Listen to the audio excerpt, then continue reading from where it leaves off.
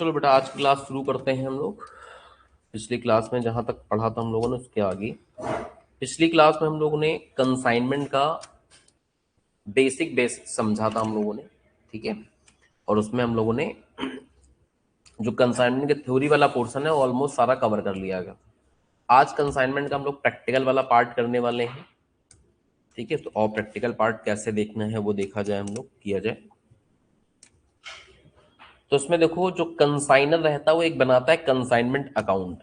कुछ एमसीक्यू इससे बन जाते हैं, जब तक इसको समझोगे नहीं, बनाना नहीं सीखोगे, तब तक वो सारे एमसीक्यू नहीं कर पाओगे जो इस पे बेस्ड होते हैं।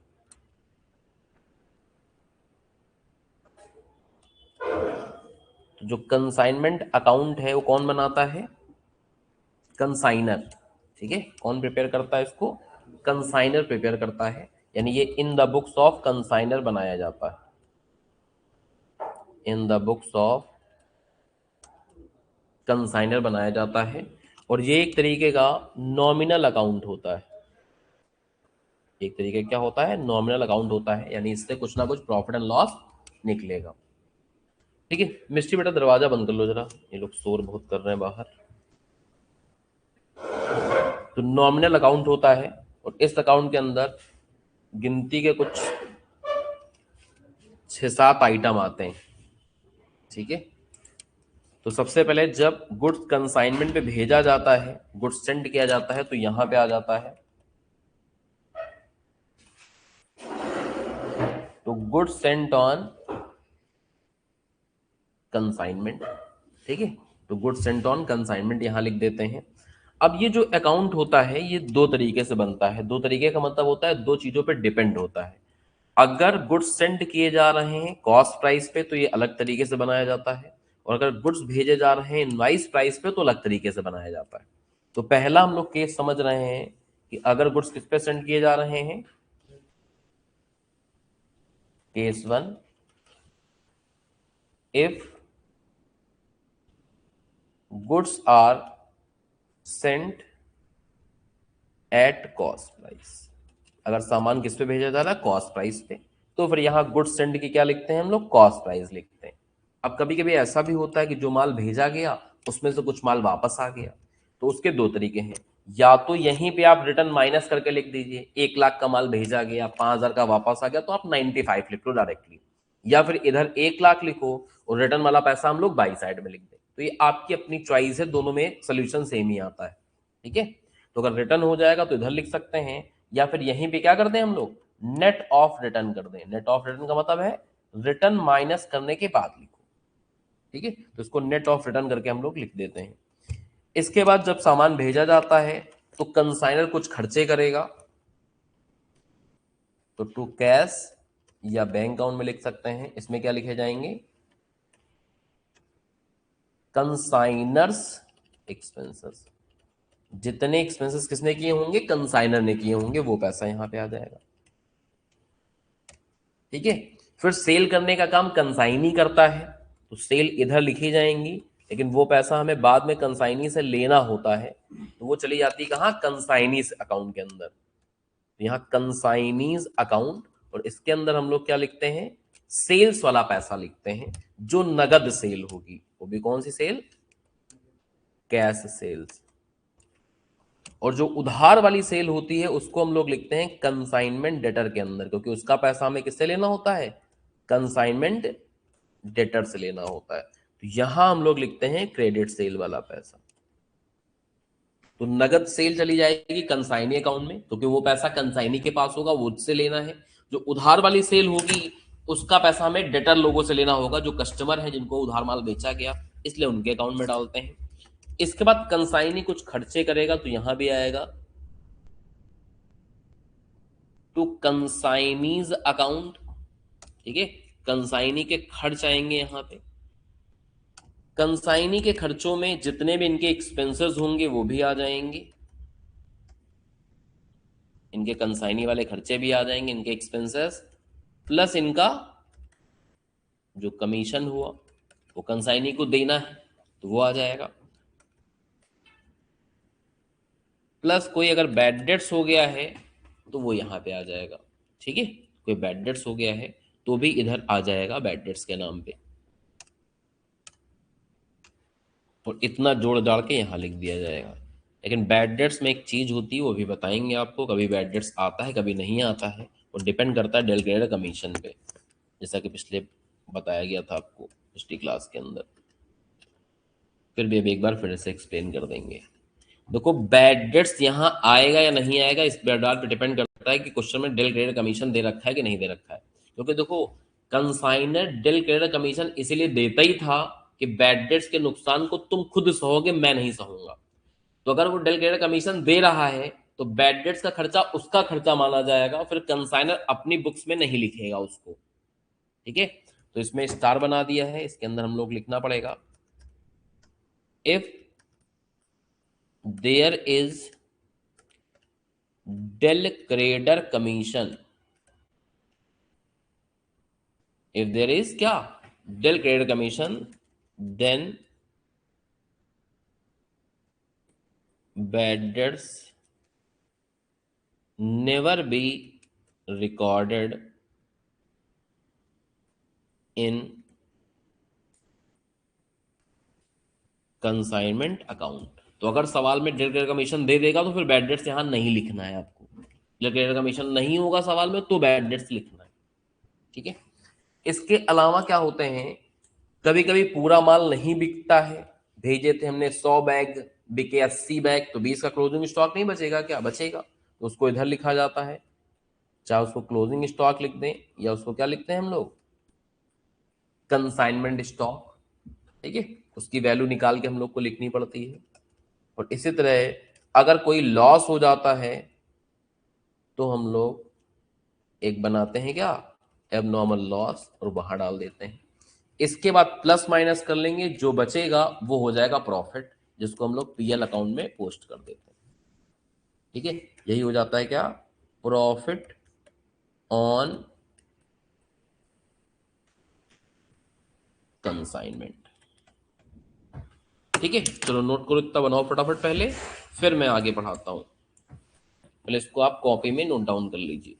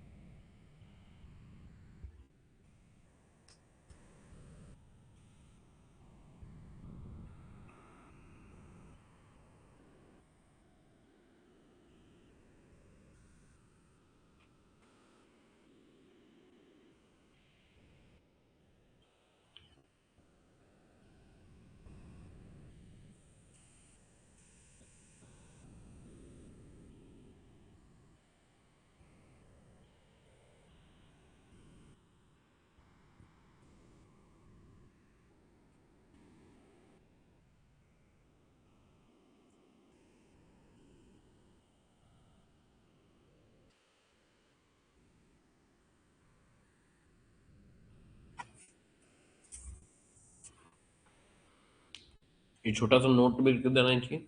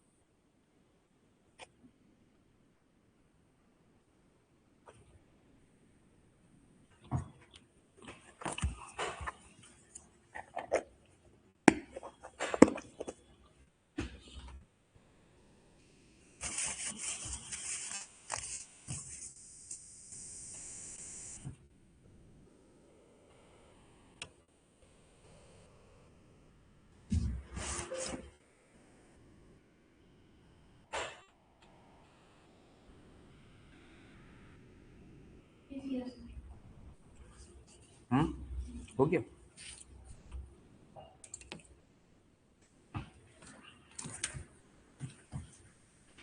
ये तो कहानी तब हो गई जब हमने किसमें बनाया हो उसको, जब सामान किसमें भेजा गया होगा, कॉस्ट प्राइस पे। अभी फिर इनवाइस प्राइस वाला बताना पड़ेगा, तो अलग हम लोग बनाएंगे। अब एक दो चीजें और समझनी है। जो ये क्लोजिंग स्टॉक होता है, इसकी वैल्यू तुम्हें सवाल में नहीं गिवन होगी, इसकी वैल्यू हम लोग को खुद निकालनी पड़ेगी। ये एबनॉर्मल लॉस की वैल्यू भी हम लोग को क्या करनी पड़ेगी, खुद कैलकुलेट करनी पड़ती है, सवाल नहीं बताता है। तो लिखो वर्किंग नोट नंबर 1 और इसके बगल में लिखो working note number 2। Closing stock के बगल में वर्किंग नोट नंबर 1 और एबनॉर्मल लॉस के बगल में कितना, वर्किंग नोट नंबर 2। तो अब समझना है कि क्लोजिंग स्टॉक की वैल्यू कैसे निकालते हैं।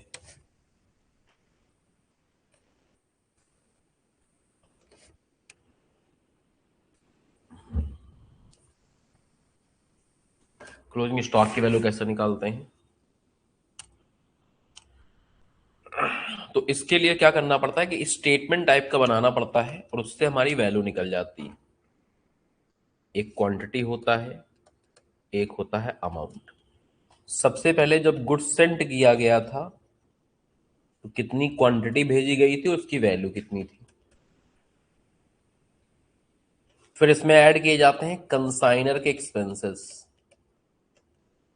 ऐड किए जाते हैं कंसाइनर के एक्सपेंसेस। अब एक्सपेंसेस हैं तो यहां कुछ नहीं लिखा जाएगा, यहां उसका पैसा लिखा जाएगा, एडिशन कर देंगे। ठीक है।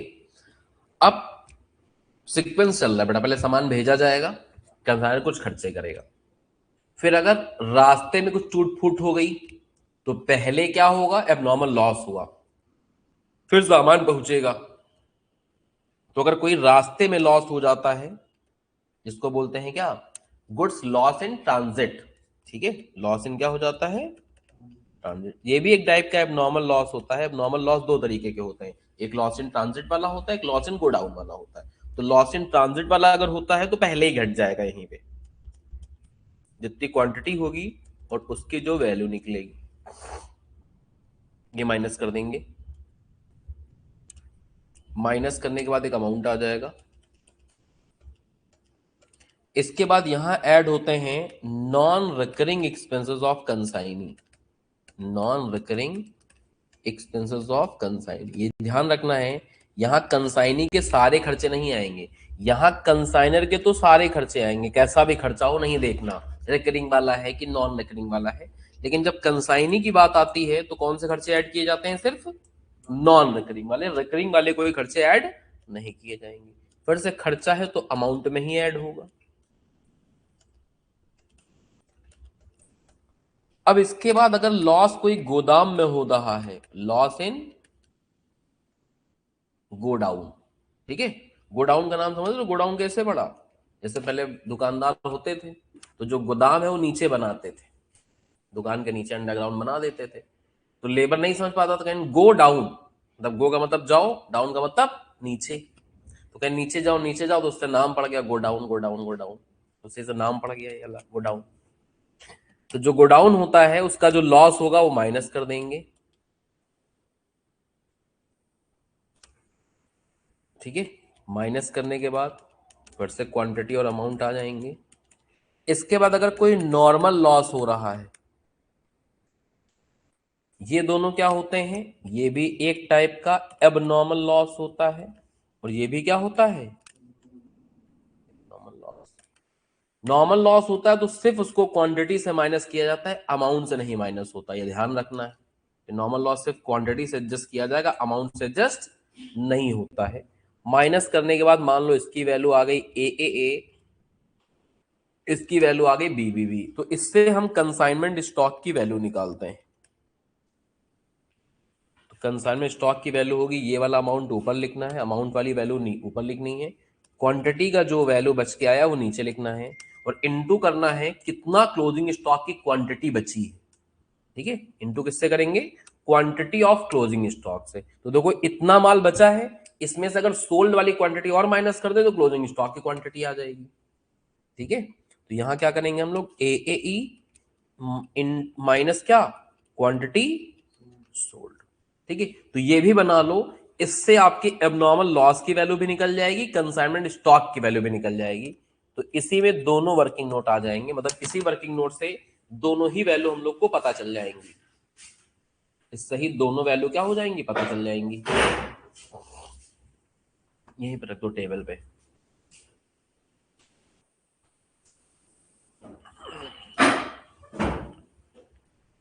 ये सुनो, आयन ये लेते जाना, दे देना।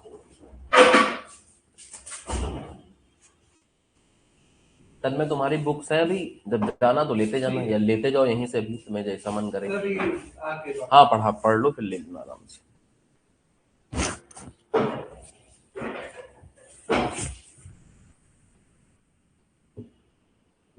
अच्छा ये पहले ली तुम्हारी रखी है, ठीक है। हाँ ये ले लेना तुम्हें।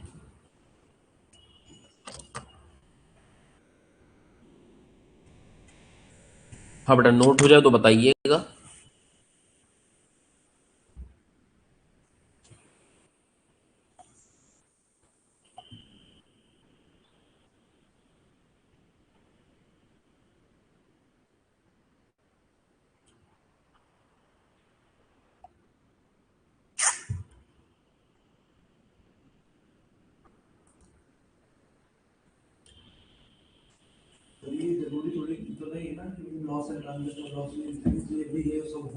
हाँ जरूरी है भी नहीं, बिल्कुल सही बात कही।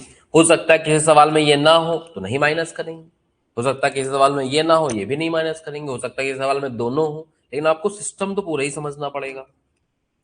देखो हम लोग इस चीज को, प्रैक्टिकल चीज को इतनी अच्छे तरीके से दो वजह से पढ़ रहे हैं। एक तो जब गहरा एमसीक्यू बनाएगा तो जो डिटेल में पढ़ के गया होगा वही हैंडल कर पाएगा, खासकर जब प्रैक्टिकल सवाल का एमसीक्यू बनाएगा तो। और दूसरी बात है कि ये सब टॉपिक इंटरमीडिएट में फिर से हैं, तो जितना अच्छे से यहां समझे रहोगे उतना ज्यादा फायदा होगा आपको इंटरमीडिएट में।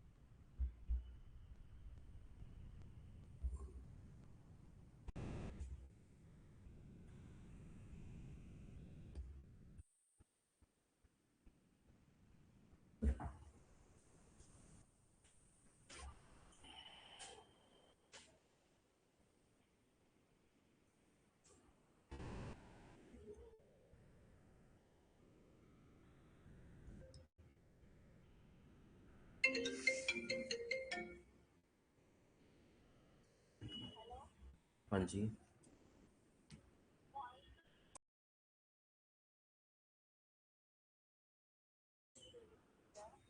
नो, हाँ बड़ा नोट कर लिया।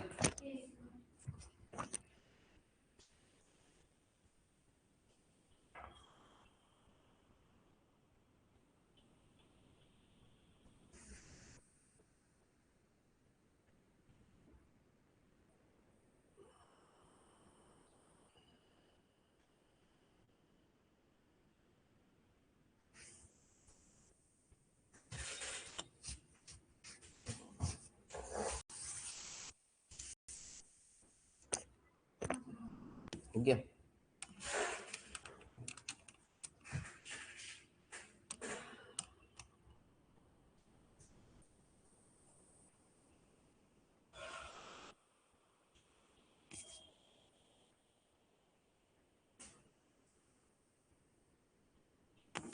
अब देखो यहाँ जब हम लोग स्टॉक की वैल्यू निकाल रहे हैं तो यहाँ देखो कौन से खर्चे जुड़ रहे हैं आपके, नॉन रेकरिंग। मतलब इसका मतलब है कि कंसाइनी के रेकरिंग वाले जो खर्चे होते हैं वो ऐड नहीं होते हैं जब हम लोग स्टॉक की वैल्यू निकालते हैं। यही तो अर्थ निकला।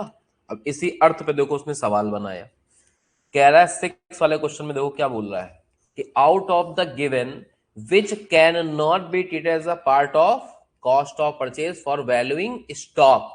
स्टॉक की वैल्यू निकालने में किसको हम लोग कॉस्ट नहीं मानते, खर्चा नहीं मानते। तो रिकरिंग वाले खर्चे जुड़ते हैं, नॉन रिकरिंग वाले नहीं जुड़ते हैं। देखो पैकिंग का खर्चा, ऑक्ट्रॉय का खर्चा, फ्रेट का खर्चा, तो ये सब तो क्या है आपके रिकरिंग खर्चे हैं। ठीक है, ये सब क्या है, नॉन रिकरिंग है, रिकरिंग नहीं है, ये सब नॉन रिकरिंग है। लेकिन जो डिलीवरी का खर्चा है वो क्या होता है, रिकरिंग। जितनी बार कस्टमर को माल डिलीवर करेंगे उतनी बार लगेगा। ठीक है, तो यहाँ पे जो ऑक्ट्रॉय का मतलब होता है चुंगी, माल पे लिया जाता है।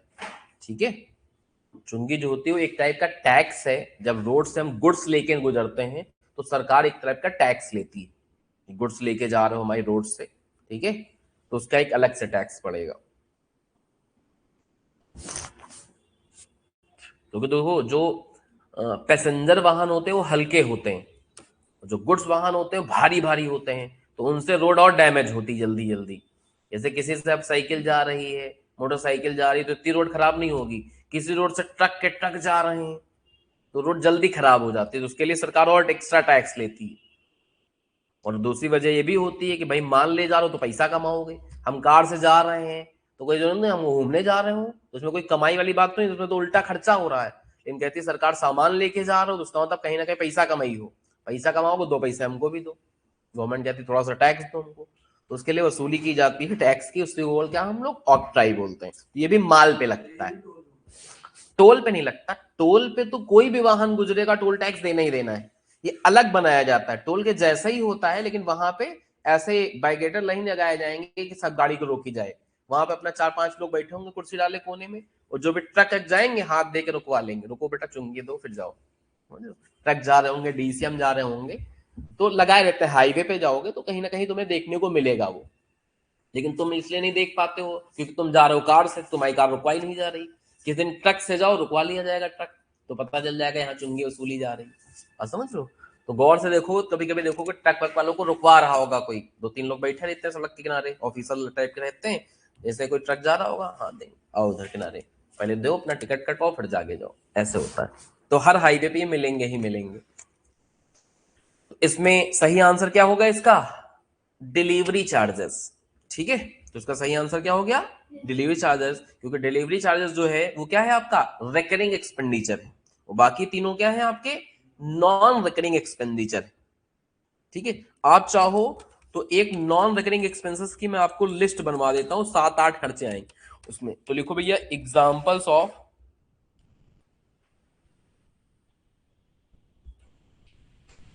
एग्जांपल्स ऑफ, इनको हम लोग बताया था पिछली क्लास में कि इनको डायरेक्ट एक्सपेंसेस भी कहते हैं, चाहे इनको क्या बोले हम लोग, डायरेक्ट एक्सपेंसेस। ठीक है, या फिर क्या बोलें, नॉन सेलिंग एक्सपेंसेस, या फिर क्या बोले इनको, नॉन रिकरिंग एक्सपेंसेस।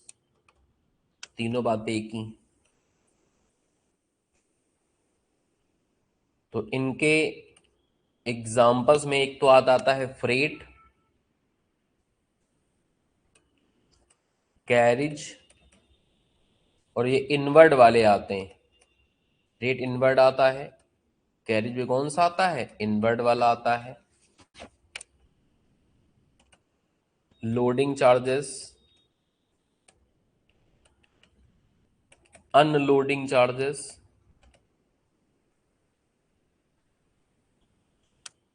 अब फ्रेट को ही हम लोग ट्रांसपोर्टेशन बोलते हैं, तो किसी सवाल में हो सकता है ट्रांसपोर्टेशन लिख दे, एक ही बात है वैसे। Transportation charges,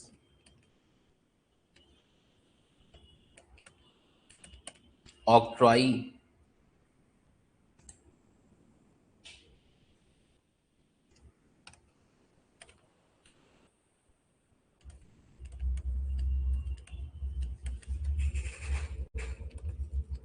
primary packing of goods, primary packing of goods. तो ये सब नॉन रिकरिंग खर्चों के एग्जाम्पल्स हैं।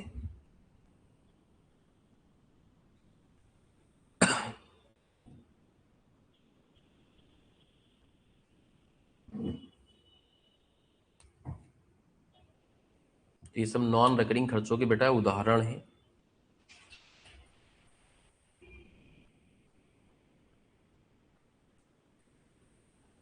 तो एग्जाम्पल लिख लिया तो और क्लियरिटी मिल जाएगी आपको कि कहीं कुछ यूज होगा तो इसको हम लोग यूज कर लेंगे।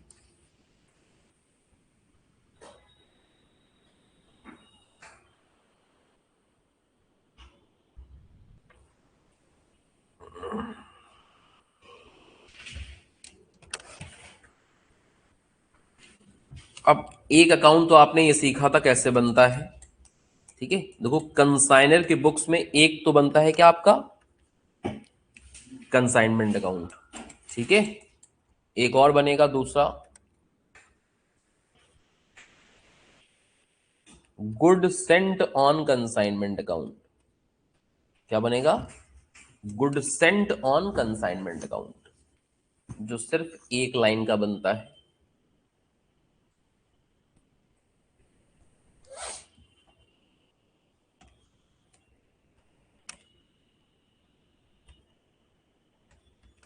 देखो इधर बेटा, जो ये गुड सेंट ऑन कंसाइनमेंट लिखा था, इसकी क्रॉस पोस्टिंग इस अकाउंट में आ जाएगी। इधर देखो, इधर बोर्ड पे ये जो लिखा था हम लोगों ने, इसकी क्रॉस पोस्टिंग करके यहां डाल देंगे बाई कंसाइनमेंट अकाउंट से, तो यहां आपकी क्या आ जाएगी, क्रॉस पोस्टिंग आ जाएगी। और इसी को हम लोग ट्रांसफर कर देते हैं कहाँ, ट्रेडिंग अकाउंट में, ठीक है। ट्रेडिंग अकाउंट में यहां पे ट्रांसफर कर देते हैं।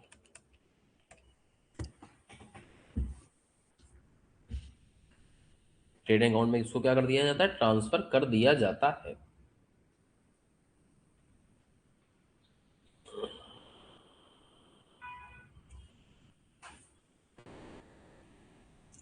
एक तीसरा बनता है कंसाइनी अकाउंट, एक तीसरा अकाउंट बनेगा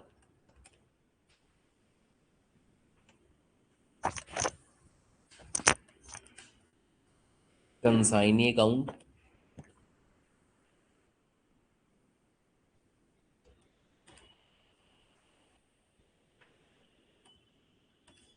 अब तो देखना बेटा बहुत ध्यान से, कंसाइनी से संबंधित भी दो पैसे यहां गए हैं, एक तो ये लिखा है आपने और एक आपने ये लिखा है, इन दोनों की क्रॉस पोस्टिंग यहां आ जाएगी।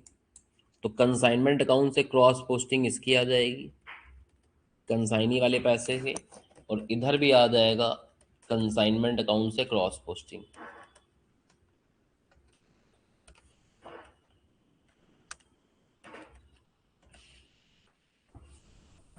ठीक है, तो क्रॉस पोस्टिंग यहां पे डाल दिया जाएगा अपना।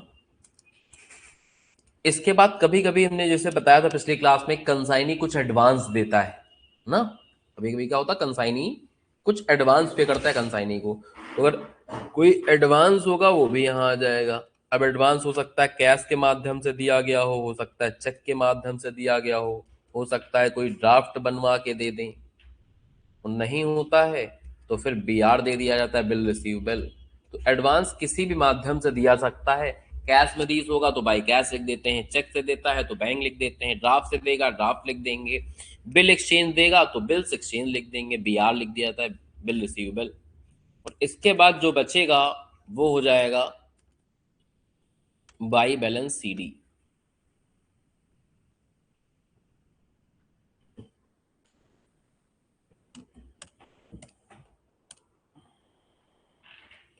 अब कभी कभी कह देगा कि जो क्लोजिंग बैलेंस बचा उसको हमने सेटलमेंट कर दिया, तो बाई बैलेंस BD CD ना लिख के हम लोग कैश बैंक लिख देते हैं, ये फाइनल सेटलमेंट हो जाता है।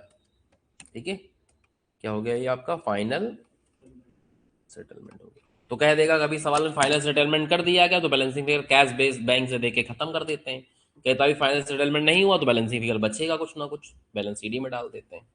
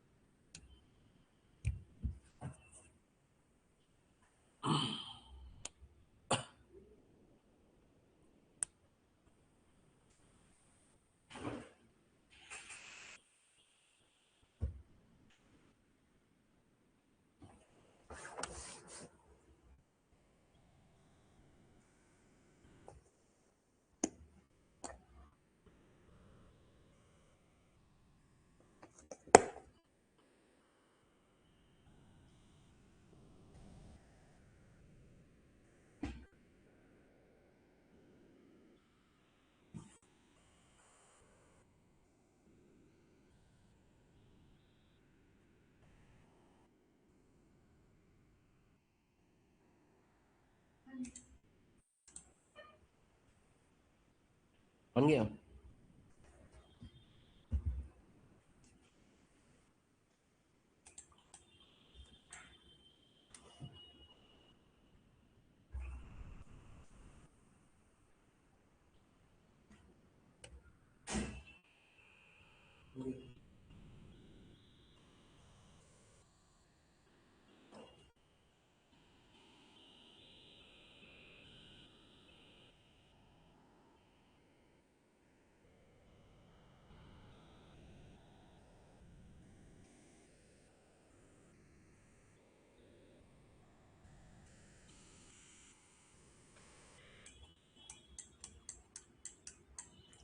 अब लिखो बेटा केस नंबर 2।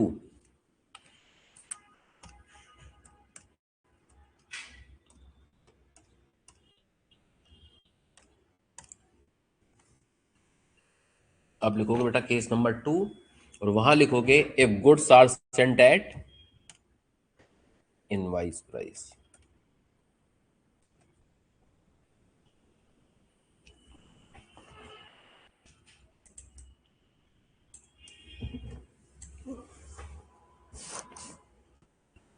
अब देखो इधर फॉर्मेट दिमाग में रखो तो अपने आप बना लोगे, अभी तो समझने के लिए लिखना ही पड़ेगा आपको एक बार, लेकिन दोबारा के लिए आपको दिमाग में रखना है कि जो ये गुड्स सेंड किया जाएगा फिर उसको किस पे लिखा जाएगा, इनवाइस प्राइस पे। क्लोजिंग स्टॉक एबनॉर्मल लॉस में भी इनवाइस वैल्यू ही रहेगी, इनवाइस वैल्यू के हिसाब से निकाल के लिखा जाएगा।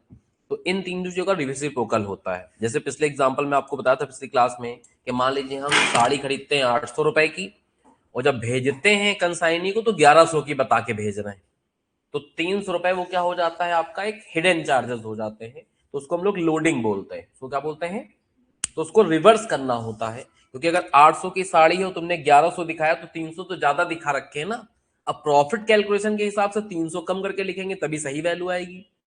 अगर मान लो 800 की साड़ी खरीदी, इसको 1100 की बता रहे हैं, तो ये 1200 की बेच रहा है, तो इसकी नजरों में 100 रुपए कमा रहे हैं, लेकिन हमारी नजरों में देखो तो 400 कमा रहे हैं ना।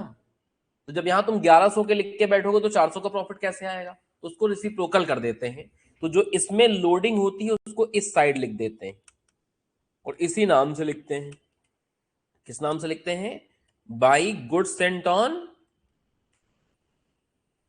कंसाइनमेंट। इसमें क्या लिखते हैं हम लोग, loading on goods Saint. Loading charges नहीं होते, लोडिंग तो एक अनरियलाइज प्रॉफिट है, हिडन अमाउंट है। लोडिंग ऑन गुड्स सेंट, जो गुड्स सेंट किए गए उसमें लोडिंग कितनी थी, वही हम लोग यहाँ निकाल के लिखते हैं। इसी तरह जो क्लोजिंग स्टॉक बचा होगा उसमें जो लोडिंग वाला पैसा होगा उसको इधर लिख देते हैं, और ये अकाउंट थोड़ा सा इस तरीके से बड़ा हो जाता है। ठीक है। अब जो क्लोजिंग स्टॉक में लोडिंग रहती है उसको हम लोग दूसरे नाम से लिखते हैं, उसको लिखते हैं स्टॉक रिजर्व के नाम से। इसके नाम से लिखते हैं। तो इसमें भी लोडिंग आती है, लोडिंग ऑफ क्लोजिंग स्टॉक। और इसी तरह एबनॉर्मल लॉस में जो गुड्स होंगे उसमें भी लोडिंग रहेगी, उसको एबनॉर्मल लॉस अकाउंट के नाम से लिखते हैं। और इसमें आ जाती है लोडिंग ऑफ या लोडिंग ऑन एबनॉर्मल लॉस। तो ये तीन चीजें एक्स्ट्रा आ गई। एक तो ये चीज एक्स्ट्रा आ गई, एक ये एक्स्ट्रा आ गई, एक ये। इसकी लोडिंग यहां, इसकी लोडिंग यहां, और इसकी लोडिंग, समझ लो, लोडिंग विपरीत साइड लिखी जाती है। जिसकी लोडिंग होती है उसकी तीन चीज विपरीत साइड लिखी जाती है। तो लोडिंग कहां कहां मिलेगी? क्लोजिंग स्टॉक में मिलेगी, स्टॉक रिजर्व के नाम से लिखा जाता है। एबनॉर्मल लॉस की लोडिंग एबनॉर्मल लॉस के नाम से लिखी जाती है, और गुड्स एंड की लोडिंग गुड्स एंड के नाम से ही लिखी जाती है, गुड्स सेंट ऑन कंसाइनमेंट। इसके बाद जो डिफरेंस बचेगा वो चला जाएगा प्रॉफिट एंड लॉस अकाउंट में, और यही होता है आपका क्या? Profit on consignment. ठीक है। बाकी डिल क्रेडिट कमीशन वाला तो एज इट इज रहेगा, उसमें कोई एक्स्ट्रा बनाने की जरूरत नहीं। तो ये एक और बना डालो फॉर्मेट, फिर हम लोग सवाल पे चलेंगे। सब बेसिक बेसिक बहुत छोटी छोटी बातें हैं, लेकिन सवाल में देंगे फंसा अगर हम लोग सही समझ के नहीं चलेंगे तो। थोड़ा मेहनत का काम है ये सब लिखने लिखने वाला है, लेकिन यह है कि अभी के लिए भी काम देगा, और इंटरमीडिएट में तो सब काम में आएगा ही आएगा।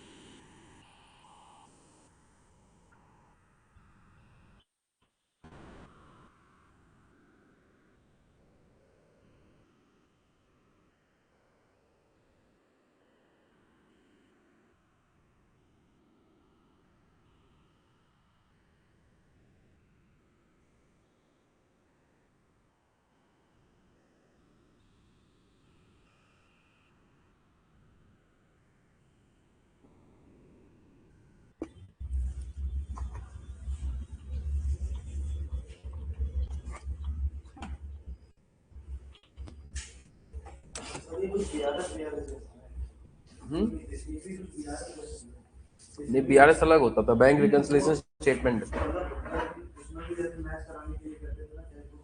हम्म।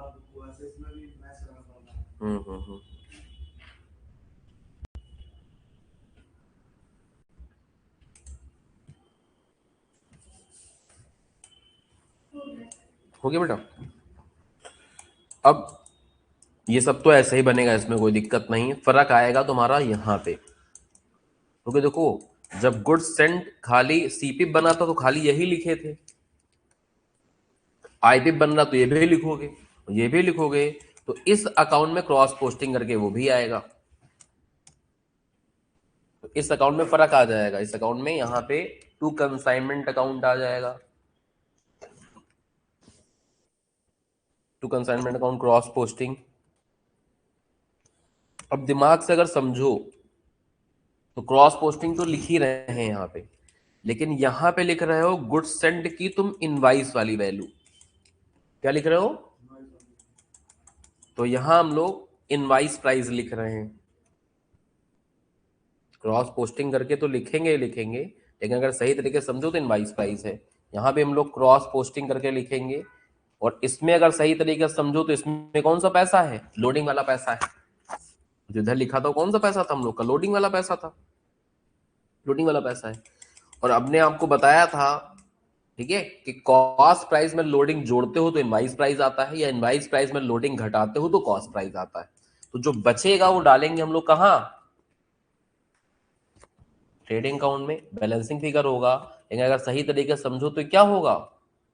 कॉस्ट प्राइस होगा ना। ये क्या होगा आपका? Cost price.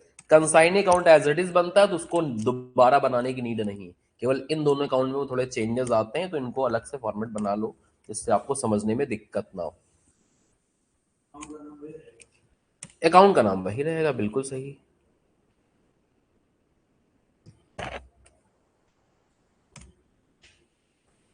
अकाउंट का नाम तो एज इट इज रहेगा, वही रहेगा।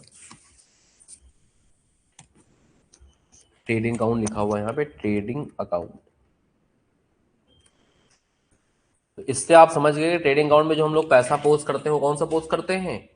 कॉस्ट प्राइस वाला अमाउंट पोस्ट करते हैं। इसमें एमसीक्यू बनेगा भी, देखना।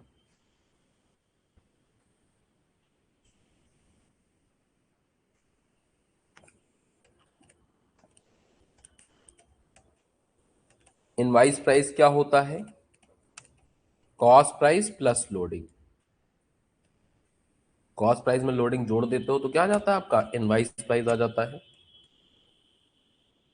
या फिर इसको ऐसे बोल सकते हैं, कॉस्ट प्राइस का मतलब क्या है? Invoice price minus loading. ये भी लिख लेना।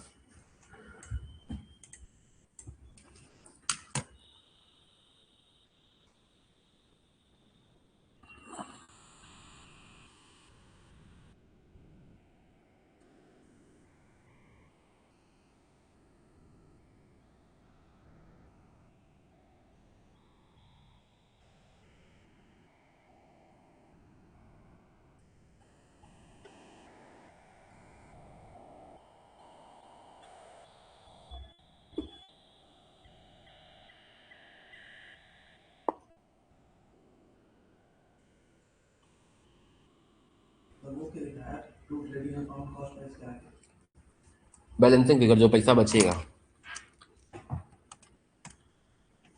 ये लिखा है बैलेंसिंग फिगर।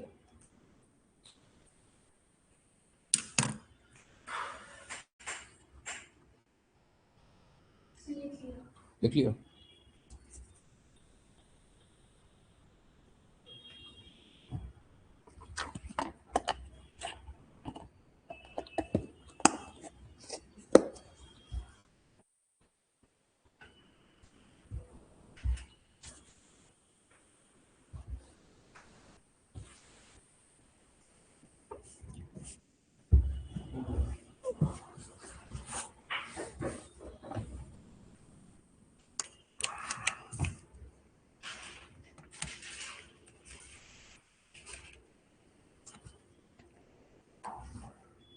चलो अब देखो, इसी पे सवाल बन रहा है, पढ़ो भाई, 12th वाला क्वेश्चन।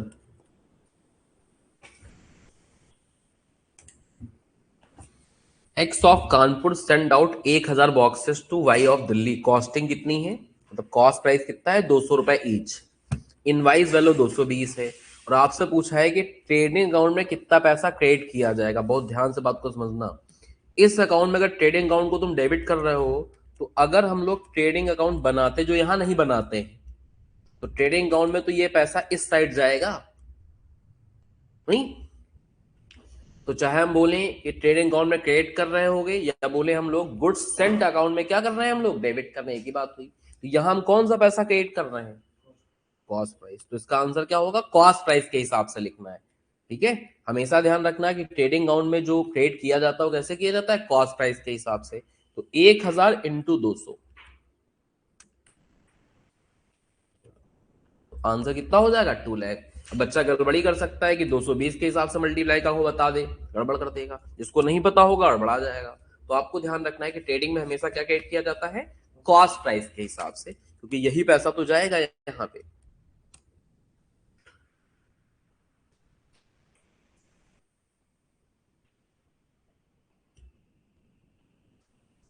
सेवनटीन का आंसर बता पाओगे बेटा, क्वेश्चन नंबर 17 का आंसर।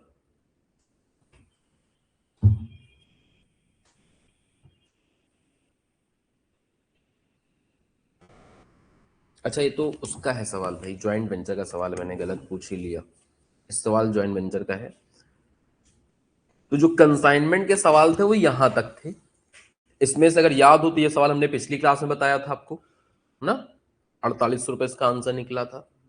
कमीशन केवल कंसाइनी से लेता है, इसका आंसर क्या हो जाएगा, कंसाइनी। परफॉर्मर इनवाइस कौन भेजता है, कंसाइनर भेजता है कंसाइनी को, ये भी पिछले डिस्कस हो गया था, ये आज बता दिया है। फिर कह रहा है कि जब फॉर क्लोजिंग स्टॉक निकालोगे तो कंसाइनी किस अकाउंट को डेबिट करेगा। तो बता, दिमाग पे जोर डालो, बताओ क्या इसका आंसर होना चाहिए। कंसाइनमेंट थोड़ी ना है, कंसाइनी डेबिट करेगा कंसाइनमेंट स्टॉक अकाउंट को। ठीक है, क्लोजिंग स्टॉक का मतलब क्या होता है, जो कंसाइनमेंट स्टॉक होता है, अभी बताया था, उसी को कंसाइनमेंट स्टॉक बोलते हैं, उसी को क्या बोलते हैं, क्लोजिंग स्टॉक। तो क्लोजिंग स्टॉक का मतलब क्या है, कंसाइनमेंट स्टॉक। इसका सही आंसर क्या हो जाएगा, ए। तो इनमें से कौन सा बुक्स कंसाइनर नहीं बनाता है, ये तो आपने पिछले चैप्टर मतलब पिछले क्लास में देखा था, कमीशन अकाउंट है ना। इसका मतलब होता है शिपमेंट ऑफ गुड्स, ये भी पिछले क्लास में देखा था आपने। 8th वाले में वैसे consignment account all of the above नहीं होना चाहिए, इसका सही आंसर होना चाहिए एक्रूअल बेसिस। ठीक है, सही इसका आंसर जो है एक्रूअल बेसिस होना चाहिए, क्योंकि कंसाइनमेंट में कैश बेसिस चलता नहीं है ना। देखते हैं 8th का इन्होंने क्या आंसर दिया। वैसे 99.99% आंसर ए होना चाहिए, देखो ए है भी। ठीक है, तो ऑल ऑफ द एबो बेसिस नहीं, कंसाइनमेंट अकाउंट हमेशा एक्रूअल बेसिस के हिसाब से ही बनाया जाता है। तो इसका सही आंसर क्या हो जाएगा, एक्रूअल बेसिस।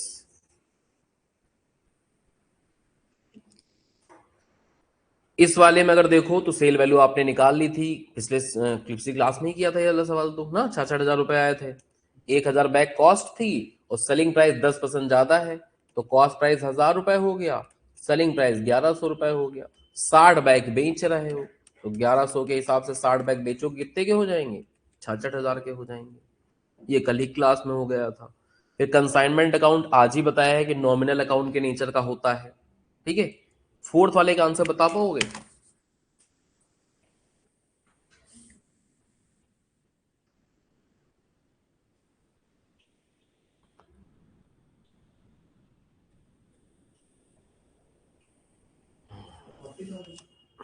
इनवाइस वैल्यू है 240 और भेजा जा रहा है किसमें, 20% प्रॉफिट ऐड करके कॉस्ट पे। अभी आपको बताया है कि कॉस्ट प्राइस में लोडिंग ऐड करते हो तो क्या आता है, इनवाइस वैल्यू।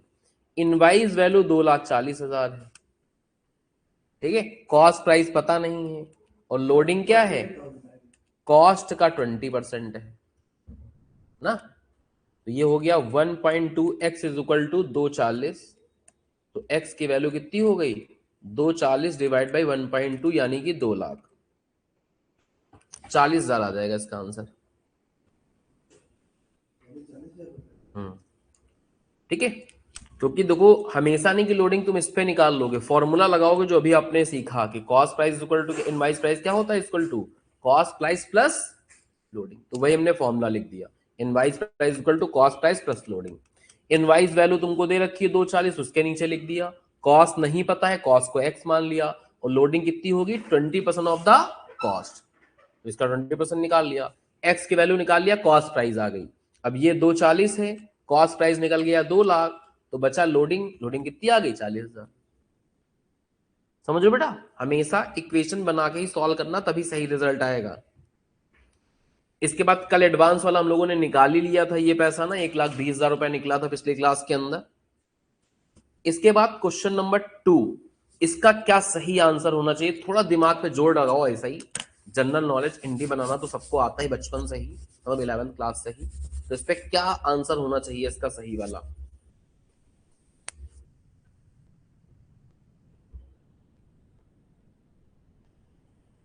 तुम्हारे पास क्रैकर थी ना, तुम्हारे पास क्रैकर थी, लाए हो नहीं लाए, अकाउंट्स नहीं लाए।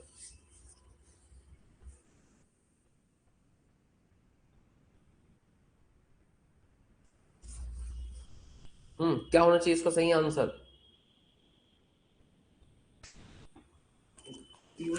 नहीं इसका सही आंसर होगा डी। रीजन समझो उसका, देखो जब कंसाइनी को सामान मिलता है तो वो कोई इंटी ही नहीं पास करता, क्योंकि वो उसका सामान थोड़ी ना होता है, सामान तो हमारा है। जब सामान बिकेगा तो कोई इंटी पास करेगा, जब सामान वापस करेगा तब कोई इंटी पास करेगा। ठीक है, हमेशा ध्यान रखना कि जब कंसाइनी को माल मिलता है तो उसकी कोई इंट्री नहीं बनाता, क्योंकि प्रैक्टिकली उसका सामान थोड़ी ना कि खुश हो जाए। जैसे मान लो कोई भी हमारे पास आए, क्लास में चला है, क्या सर ये 100 रुपए रख लीजिए और अभी कुलदीप सर आएंगे उनको दे दीजिएगा, तो उस पर हम क्या अकाउंटिंग एंट्री पास कर लें, अभी दे गया है, दूसरे आएंगे उनको दे देना, हमारा पैसा है ही नहीं। हमारा पैसा हो तो आदमी खुशी हो कि भैया चलो 100 रुपए कोई दहेज यूज करेंगे, खर्चा करेंगे, चाय समोसा खाएंगे, बात समझ रहे हो, वो तो 100 रुपए दे जा रहा है, क्या कह रहा है कि भैया इनको दे देना, तो उसकी कोई हमारे यहाँ बुक्स ऑफ अकाउंट में एंट्री नहीं होगी, क्योंकि टेक्निकली उस पैसे पे हमारा कोई हक, समझ गए। और बाकी अगर यहाँ थ्योरी में देखना चाहो आप, तो यहाँ देखो आपको एंट्री जब आपको दिखाएंगे तो उसमें लिखा होगा कि ऐसी की कोई एंट्री नहीं पास होती, एक बार दिखा भी देते हैं आपको, चिंता करने की जरूरत नहीं। यहाँ पे आप कंसाइनमेंट वाले चैप्टर में जब हम लोग जाएंगे तो यहाँ पे जब हम लोग एंट्रीज देखेंगे कि क्या क्या एंट्री लोग बना रहे हैं, यहाँ देखो क्या है, जब सामान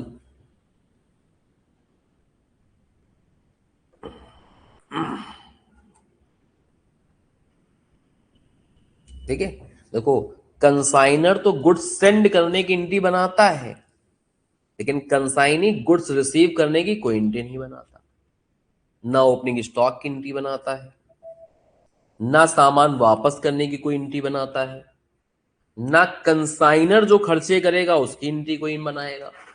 ठीक है, कंसाइनी जो काम करता है उसकी एंट्री बनाएगा, जैसे कंसाइनी एडवांस देता है या बिल ऑफ एक्सचेंज एक्सेप्ट करता तो उसकी एंट्री बनाएगा, बात समझ लो।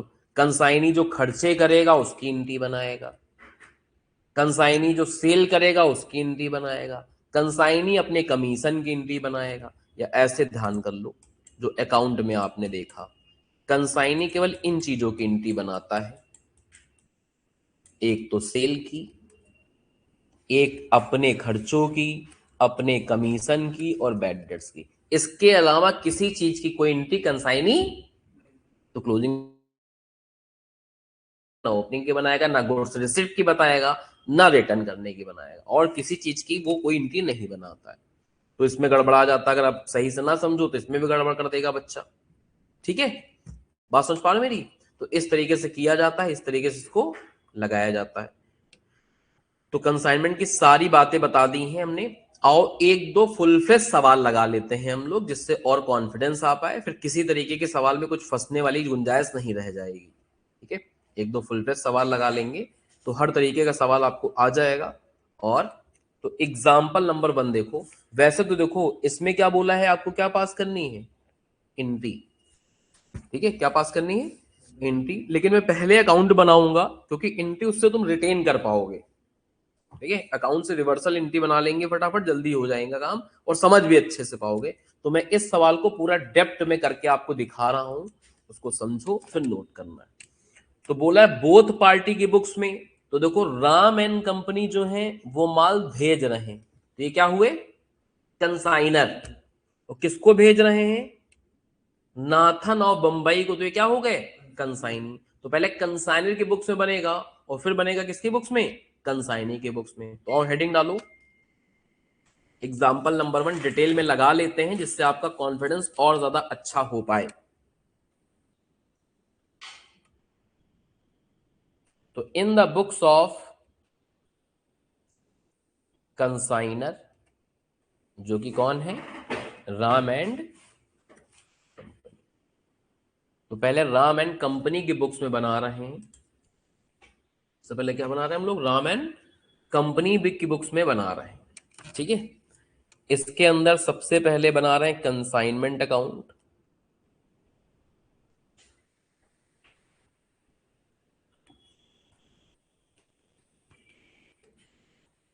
कंसाइनमेंट अकाउंट में देखें तो देखो 50 केस भेजे जा रहे हैं 200 के हिसाब से।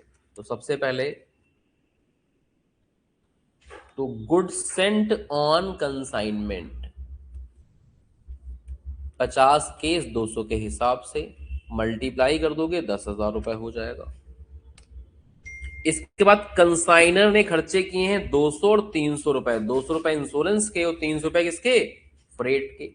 तो कंसाइनर जो खर्चे करता है उसको हमने बताया था तो कैश करके लिखा जाता है,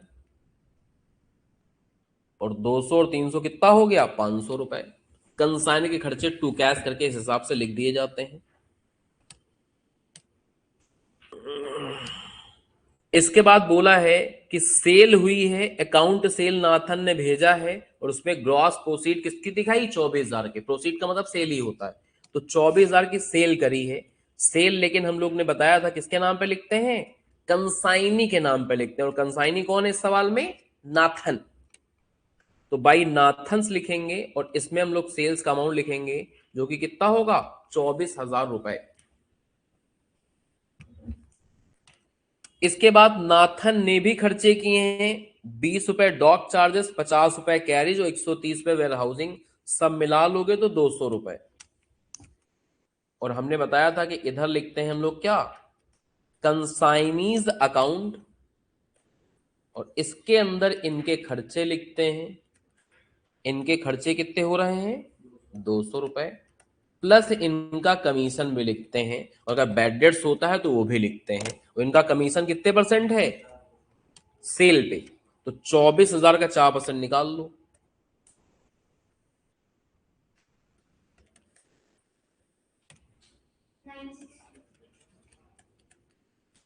टोटल हो जाएगा 1,160 रुपए।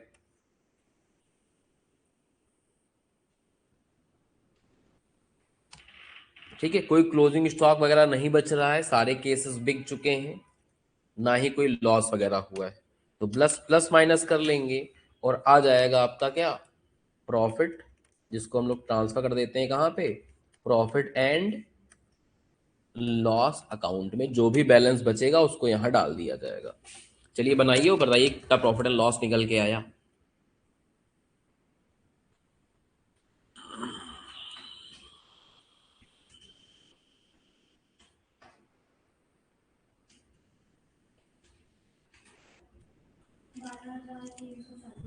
12,340 रुपए।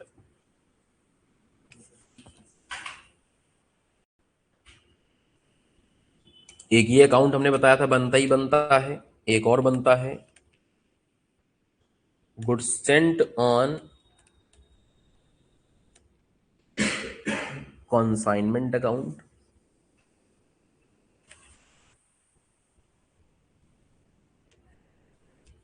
ये 10,000 की क्रॉस पोस्टिंग यहां आ जाएगी।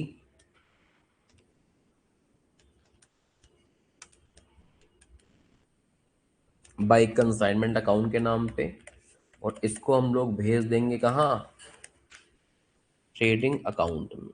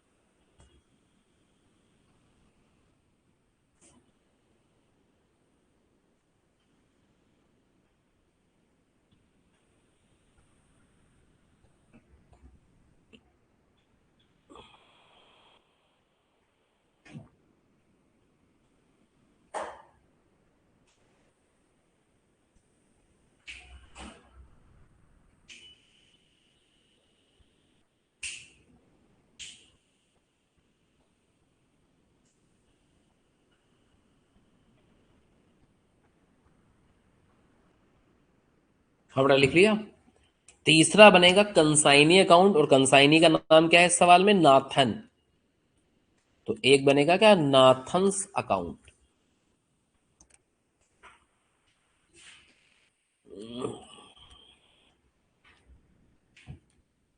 Nathans account.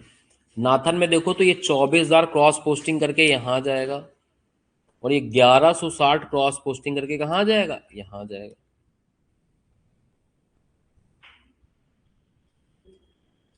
By consignment account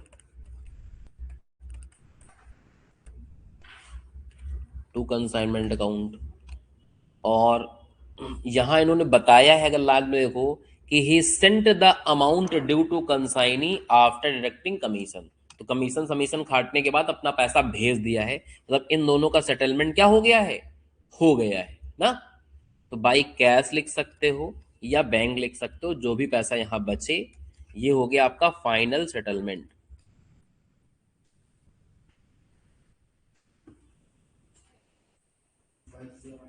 22,840। चलो इतना बनाओ, फिर हम आगे बताते हैं।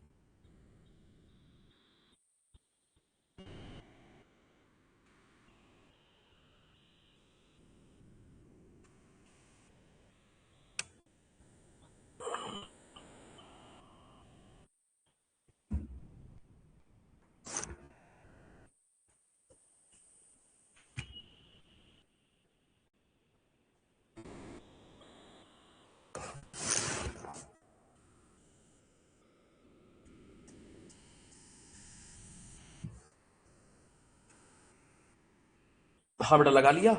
अब देखो, अगर मान लो, अब आपने अकाउंट बनाना सीख लिया, लेकिन मान लो इंटी सवाल बना देता है, तो इंटी खुद बना सकते हो अगर ये दिमाग पे तुम्हारे हो। ठीक है, कि जैसे गुड सेंड किया जाएगा तो इंटी क्या पास होगी? इससे इंटी बनाए तो क्या से इंटी बनेगी? Consignment account debit to good send to consignment account. ठीक है, इसकी इंटी बनाएंगे तो क्या बनेगी? Consignment account debit to cash account. इसकी इंटी बनाएंगे तो क्या बनेगी? Consignment account debit to Nathan account. इसकी एंट्री बनाएंगे तो क्या बनेगी?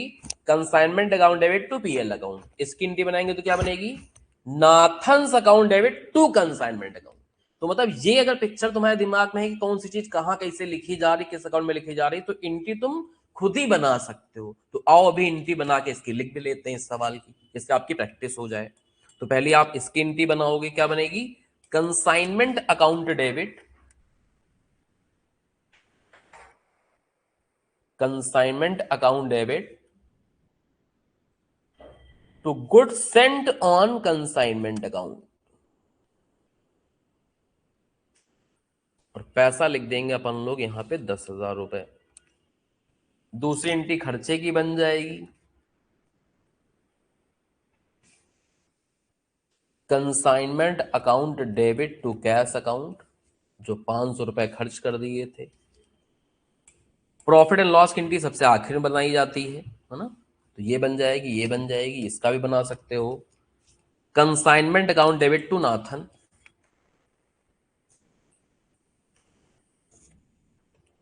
Consignment account debit to Nathan's account 1160 रुपया। पीएल की एंट्री सबसे लास्ट में बनाई जाती है, इसकी ये बना लोगे, Nathan's account debit to consignment, Nathan's account debit to consignment account. Sale वाला पैसा 24,000 रुपए। और फिर एक प्रॉफिट एंड लॉस की बना लोगे,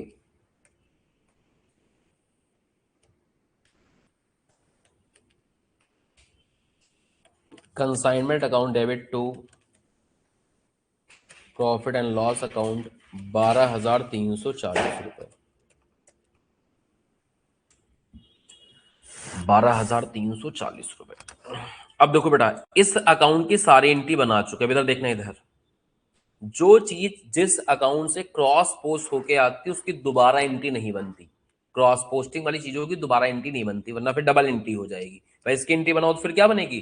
consignment account debit to goods and, ये तो बना ही चुके हो, तो क्रॉस पोस्टिंग की नहीं बनती, लेकिन इसकी बनेगी। क्या बन जाएगी? Goods sent on consignment account debit to, बना लो भैया, goods sent on consignment account debit to trading account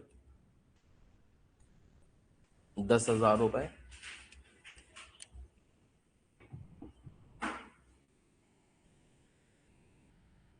goods sent on consignment account debit to trading account 10,000 रुपए। अब फिर समझो, इस वाले में देखो तो ये भी हम क्रॉस पोस्ट करके लाए थे, एंट्री नहीं बनेगी। ये 1160 क्रॉस पोस्ट करके लाए थे, एंट्री नहीं बनेगी, लेकिन इसकी एंट्री बनेगी। क्या बनेगी? Cash account debit to Nathan's account. Cash account debit to Nathan's account. कितना पैसा? 22,840। 22,840, 22,840।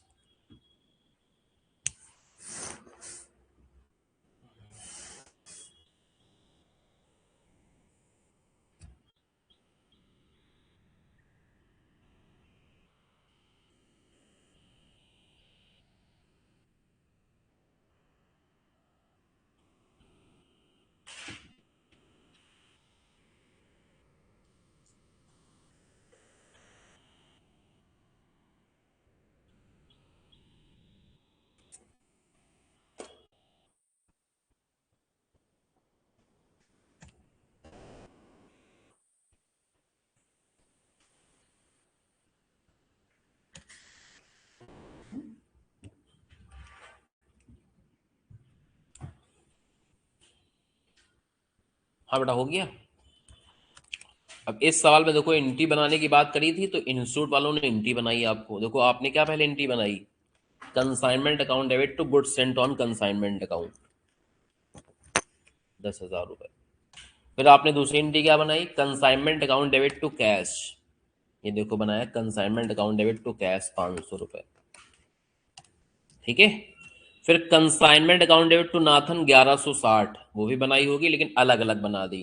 Consignment to Nathan, consignment to Nathan 200 के अलग बना दी, 960 के अलग बना दी। फर्क फ्रेंड बनता है, एक साथ बना लेते हैं हम लोग।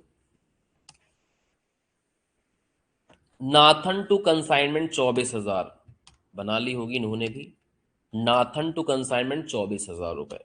ठीक है। फिर consignment to profit and loss 12,340। Consignment to profit and loss 12,340। ठीक है।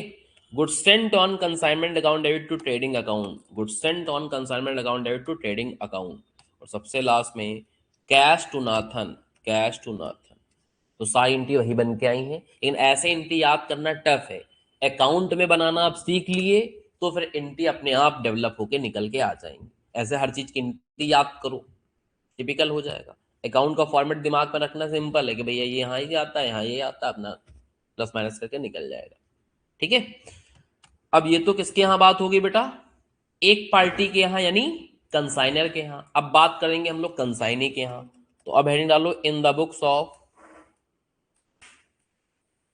Books of consignee. और कंसाइनी कौन है? नाथन। तो नाथन के यहां भी मेन अकाउंट बनाना देख लो। नाथन के यहां जो पहला अकाउंट बनता है वो कंसाइनर अकाउंट बनता है, और कंसाइनर का नाम क्या है? Ram and company. तो एक बनेगा राम एंड कंपनी का अकाउंट। एक किसका अकाउंट बनेगा? राम एंड। बहुत ध्यान से बात को समझना, ये कुछ नहीं होता है, कंसाइनी अकाउंट का उल्टा होता है। ठीक है, ये कुछ नहीं होता, ये क्या होता है? लिख लो, रेसिप्रोकल ऑफ कंसाइनी अकाउंट। जो कंसाइनी अकाउंट बनाए हो उसका उल्टा हो जाता है ये। तो जो इधर आया है वो उधर आ जाएगा, जो उधर आया है वो उधर आ जाएगा। ये 24,000 इधर लिखे थे, इधर देखो बेटा बोर्ड पे 24,000 यहां लिखे थे, तो ये 24,000 हम लोग यहां लिखेंगे। 1160 उधर लिखे थे तो इधर लिखेंगे, और 22,840 इधर लिखे थे तो इधर लिखेंगे। कंसाइनर का अकाउंट है, कंसाइनर का नाम लिखा है, राम एंड कंपनी का अकाउंट। नाम लिखा जाता है ना, नहीं ये लिखा है reciprocal of consignee account, consignee account का उल्टा। अकाउंट तो कंसाइनर का है, तो कंसाइनर जो अकाउंट होता है वो कुछ नहीं होता, कंसाइनी अकाउंट का विपरीत होता है, उल्टा। अब मुद्दा है कि ये क्या नाम यही लिखे जाएंगे? Answer is no. Consignment, consignment जहां लिखा है वहां वहां लिखा जाता है या तो कैश या तो बैंक, ठीक है। नॉर्मली क्या लिखा जाता है वहां पे? बैंक लिखा जाता है। तो यहाँ क्या लिखेंगे हम लोग? Bank account. यहाँ भी क्या लिखेंगे हम लोग? यहाँ कंसाइनमेंट नहीं लिखा जाता, यहाँ क्या लिखते हैं हम लोग? बैंक अकाउंट लिखते हैं। और जो इनको कमीशन समीशन दिया जाता है वो मतलब टेक्निकली एक्सपेंसेस या कमीशन लिख सकते हो, ठीक है। इसको क्या लिख सकते हैं हम लोग? इसमें क्या है? एक्सपेंसेस है और क्या है? कमीशन है। किसका? कंसाइनी का। क्योंकि नगद थोड़ी ना देते हैं कंसाइनी कमीशन, हमारे पैसे में इसे काट लेता है, तो बैंक नहीं लिखना है। इसके बाद जो आखिरी बचा था वो क्या लिख दोगे? Cash account. तो नाम में फर्क आता है, बाकी सब सेम लिखा जाता है। सेल का पैसा बाई बैंक में लिखेंगे ये वाला पैसा, और जो कंसाइनी के खर्चे होंगे, एक्सपेंसेस होंगे, एक्सपेंसेस या कमीशन में लिख देंगे, और जो रिमेनिंग पैसा होगा वो कैश में डाल देंगे, मतलब कैश में हमको पैसा वो मिल गया, ठीक है। मतलब कंसाइनी ने दिया है, कंसाइनर को मिला है। एक ये मेन अकाउंट बनता है, ठीक है। एक अकाउंट क्या बन जाएगा हमारा? ये बन जाएगा, और इसी के एंट्री बना लोगे सिंपल, बस।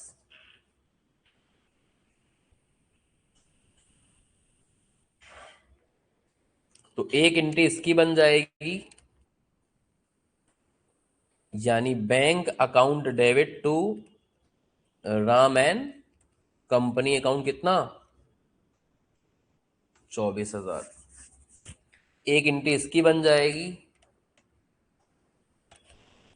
Ram and company account debit to expense and commission account, और एक एंट्री इसकी बन जाएगी,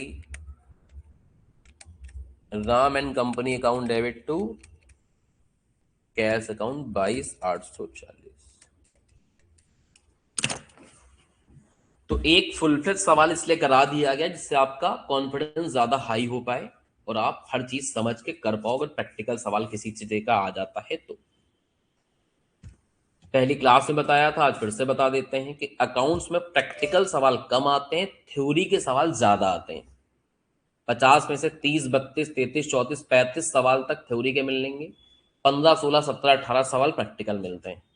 तो किसी भी चैप्टर में, यानी अकाउंट्स जो अभी फाउंडेशन में है आपके, उसमें थ्योरी को आप इग्नोर नहीं कर सकते। थ्योरी हर चीज की समझनी पड़ेगी, एक एक बारीकी थ्योरी की समझनी पड़ेगी। मतलब अभी कंसाइनमेंट में 2 क्लास में कंसाइनमेंट खत्म हो गया, लेकिन पहली क्लास में जितना पढ़ा था वो ज्यादा इंपॉर्टेंट है एग्जाम पॉइंट ऑफ व्यू से। हाँ हाँ, थ्योरी उसी से आते हैं।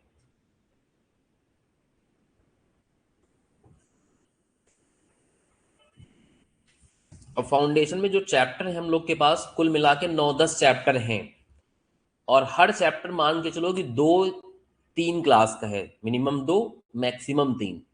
तो अगर हम 3-3 क्लास का भी पकड़ लें 10 चैप्टर, तो 30 क्लास लगती हैं अकाउंट्स में, समझ लो। तो अगर हम लोग आज से 24 जनवरी है, 24-25 लगातार पढ़ते रहे, संडे को मान लो नहीं भी पढ़ते हैं, फाउंडेशन में हम लोग इंटरमीडिएट में पढ़ाते हैं, फाइनल में पढ़ाते हैं क्योंकि उसमें कोर्स ज्यादा होता है, तो फरवरी एंड तक अपनी अकाउंट्स खत्म हो जाएगी, समझ लो।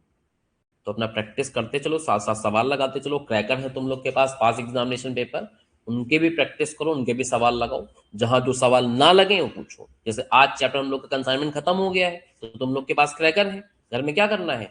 कंसाइनमेंट के सवाल लगाने, एमसीक्यू वाले।